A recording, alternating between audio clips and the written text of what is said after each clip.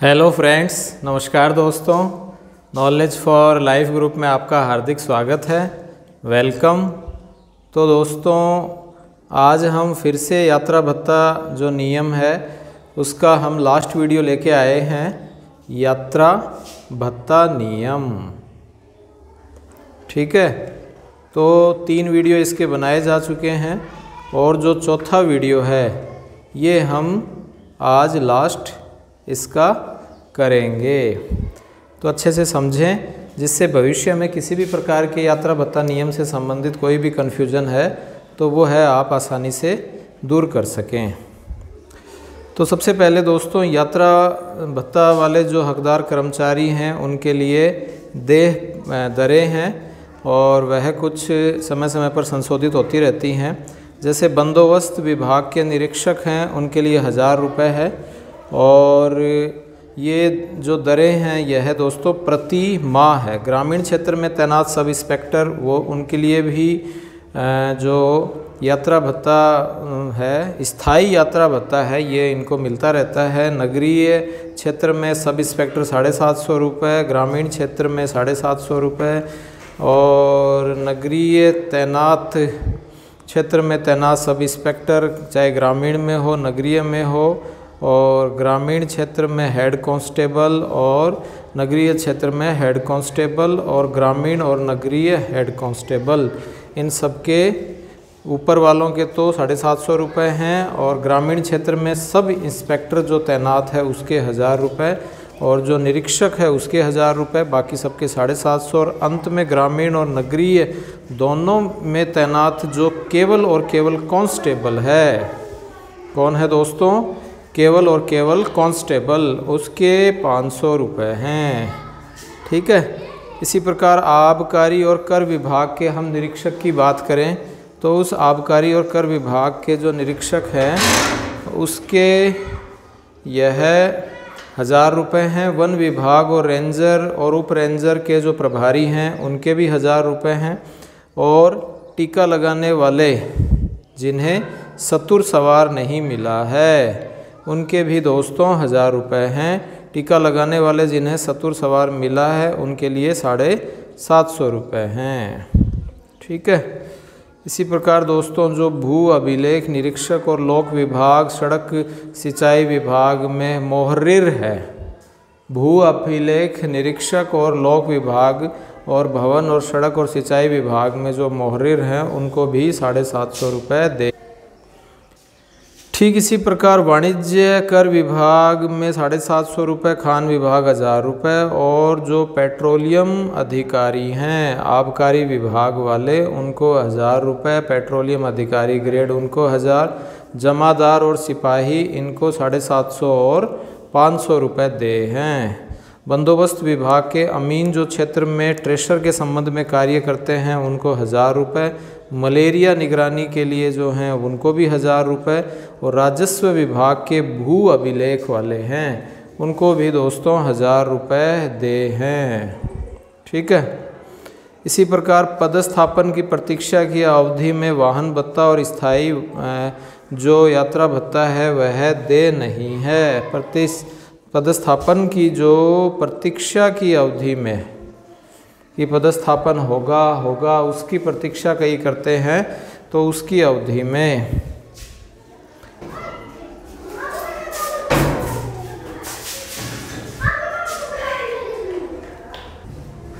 हाँ, तो दोस्तों इसी प्रकार खेलकूद गतिविधियों में भाग लेने पर देय किराया और विराम भत्ता और राज्य कर्मचारी द्वारा खेलकूद गतिविधियां जो कोचिंग है, कोच हैं, उनके लिए राजस्थान में 250 रुपये प्रतिदिन है और राजस्थान के बाहर यदि कोई जाता है तो मात्र 350 रुपये ही प्रतिदिन देय होते हैं, ठीक है। तो यह दोस्तों और है। इसी प्रकार जो राज्य कर्मचारी हैं और वो खेलकूद गतियों में भाग लेने के लिए रेल से नहीं जुड़े स्थानों पर बस और टैक्सी से यदि यात्रा करने पर जाते हैं तो राजस्थान रोडवेज में एक्सप्रेस बसों का निर्धारण किराया देय होगा। तो इस तरह से यह खेल गतिविधियों में भाग लेने हेतु जो भी जाते हैं उनके लिए रेल से नहीं जुड़ने वाली जो है बस और टैक्सी के आधार पर वह जा सकते हैं। दौरे पर की गई यात्रा हेतु अग्रिम स्थायी या अस्थायी राज्य कर्मचारियों द्वारा भत्ता।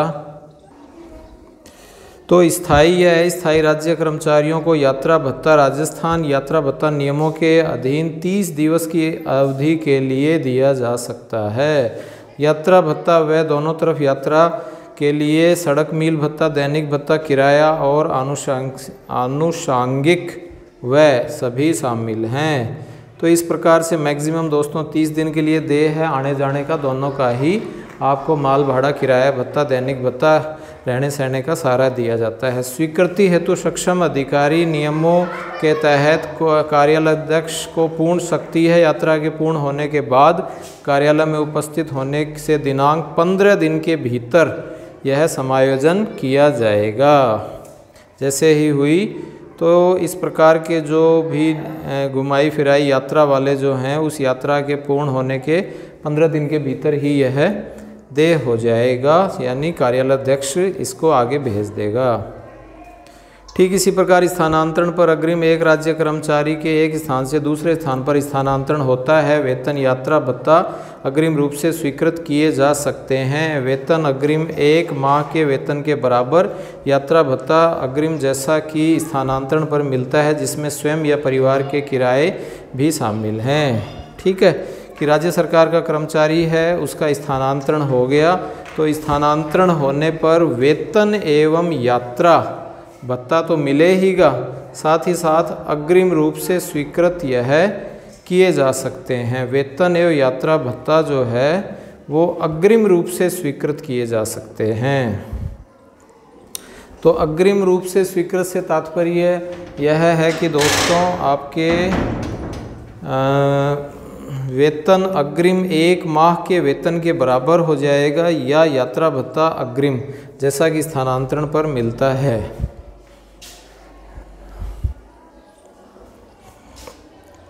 ठीक इसी प्रकार हम यह अग्रिम जो स्वीकृति है इसकी सख्ती कार्यालय अध्यक्ष को है। स्थानांतरण पर अग्रिम की जो सख्ती है कि स्थानांतरण होने पर वेतन एवं यात्रा भत्ता अग्रिम रूप से स्वीकृत किए जा सकते हैं। स्थानांतरण होने पर किसी कर्मचारी के पद में निरंतरता की स्वीकृति या नियुक्ति में वृद्धि की स्वीकृति के अभाव में वेतन नहीं मिल पाने पर भी अग्रिम स्वीकृत किया जा सकता है। पद की निरंतरता हो रही है, उसकी स्वीकृति है, और वृद्धि की स्वयं की प्रार्थना या 120 दिवस की अधिकतम अवधि हेतु अस्थायी स्थानांतरण होने पर यह अग्रिम देय नहीं है। यदि 120 दिन की अधिकतम अवधि हो गई है, यानी 4 महीने लगभग हो गए हैं, तो फिर और स्वयं की प्रार्थना से ही ये किया है तो फिर यह नहीं होगा। अन्यथा परिवार के सदस्यों के स्थानांतरण के 6 माह के भीतर यह परिवार 6 माह के भीतर यात्रा करने पर, परिवार के सदस्यों द्वारा स्थानांतरण के 6 माह के भीतर यात्रा करता है तो भी यह देय नहीं होगा। वेतन एवं यात्रा भत्ता अग्रिम स्वीकृति। वेतन अग्रिम वसूली जो है वो 3 मासिक किस्तों में होगी तथा यात्रा भत्ता अग्रिम की वसूली स्थानांतरण भत्ता बिल से होगी। निलंबित कर्मचारी जो है वसूली ऐसी दर से की जाएगी जो विभागाध्यक्ष निश्चित करना उचित समझे। तो वेतन अग्रिम की कोई वसूली है तो वो 3 किस्तों में आपके होती है। ठीक है दोस्तों, इसी प्रकार नेक्स्ट पॉइंट है कि राज्य के बाहर यदि कोई कर्मचारी है और वह विभागाध्यक्ष, प्रशासनिक और इसके अधीन कार्मिकों के लिए यह विभागाध्यक्ष संभव है। ठीक है, उसके लिए जो कुछ भी बाहर यात्रा कर रहा है तो विभाग और कार्यालय दोनों के दोनों वह आसानी से इस चीज़ को कर सकते हैं। मितव्ययता के लिए अपरिहार्य कारणों में राज्य हित में कार्य क्षेत्र के बाहर राज्य के अंदर राजकीय वाहन से यात्रा करने के लिए विभागाध्यक्ष स्वयं सक्षम होंगे। किसी भी कारण से राज्य हित में कार्य क्षेत्र के बाहर यदि कोई जा रहा है तो विभागाध्यक्ष स्वयं सक्षम होंगे राजकीय वाहन से यात्रा करने के लिए। विभागाध्यक्ष से नीचे वाले जो हैं वो कार्य क्षेत्र में जा रहे हैं तो यात्रा करने के लिए उनको अनुमति लेनी पड़ेगी प्रमुख शासन सचिव से। ठीक है, राज्य के अंदर राजकीय वाहन यात्रा करने के लिए शासन सचिव से अनुमति लेनी पड़ेगी। जिला कलेक्टर एवं पुलिस अधीक्षक के नियंत्रणाधीन अधिकारी संबंधित संभागीय आयुक्त महानिरीक्षक पुलिस रेंज की अनुमति से ही यात्रा कर सकेंगे। तो जिला कलेक्टर और पुलिस अधीक्षक के नियंत्रण अधिकारी हैं तो वो दोस्तों संभागीय आयुक्त के लिए लेंगे। इन सभी यात्राओं के लिए यात्रा कार्यक्रम का अनुमोदन संबंधित नियंत्रण अधिकारी से करवाया जाना आवश्यक होगा। ठीक इसी प्रकार दिल्ली यात्रा वायुयान से यात्रा करने के लिए अधिकृत अधिकारी राज्य सेवा के कार्य आने जाने के लिए राजकीय वाहन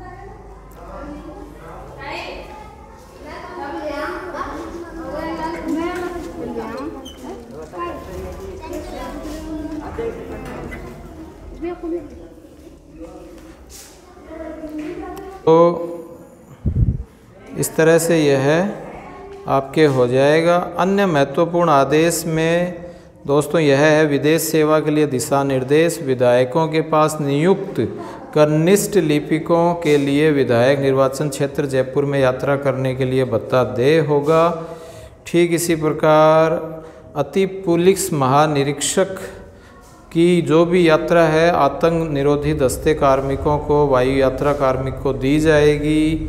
तो ये कुछ दोस्तों एक आपातकाल वाली स्थिति या फिर आतंकवादी गतिविधियों के लिए दिया जाता है। विदेश यात्रा के लिए मुख्यमंत्री की पूर्व स्वीकृति आवश्यक है। और दोस्तों साथ ही साथ मंत्री और अधिकारीगण को विदेश यात्रा पर देय दैनिक भत्ता है। मंत्री अधिकारियों को यात्रा पर अधिकृत श्रेणी निर्धारित की गई है। ठीक है, और साथ ही साथ अखिल भारतीय सेवा के अधिकारी गण पर केंद्र सरकार के यात्रा भत्ता नियम भी लागू हुए हैं। ये दोस्तों 6/5/2018 और 13/7/2017 को बताए गए हैं। तो आई होप दोस्तों ये जो 22 पॉइंट थे ये आपको आसानी से समझ में आ गए होंगे। किसी भी प्रकार के कोई भी आपके क्यूरी हो, कोई भी आपके प्रश्न हो तो कमेंट में लिखें और इनको दूर करने का प्रयास किया जाएगा। पूरी कोशिश की जाएगी कि यह आसानी से इनको दूर कर सकें। आई होप ये आपको वीडियो पसंद आया होगा। लाइक करें और ज़्यादा से ज़्यादा अपने साथियों को शेयर करें और चैनल को यदि सब्सक्राइब नहीं किया है तो दोस्तों सब्सक्राइब भी करें। तो थैंक्स फॉर वॉचिंग। तब तक खुश रहिए और अच्छे से रहिए।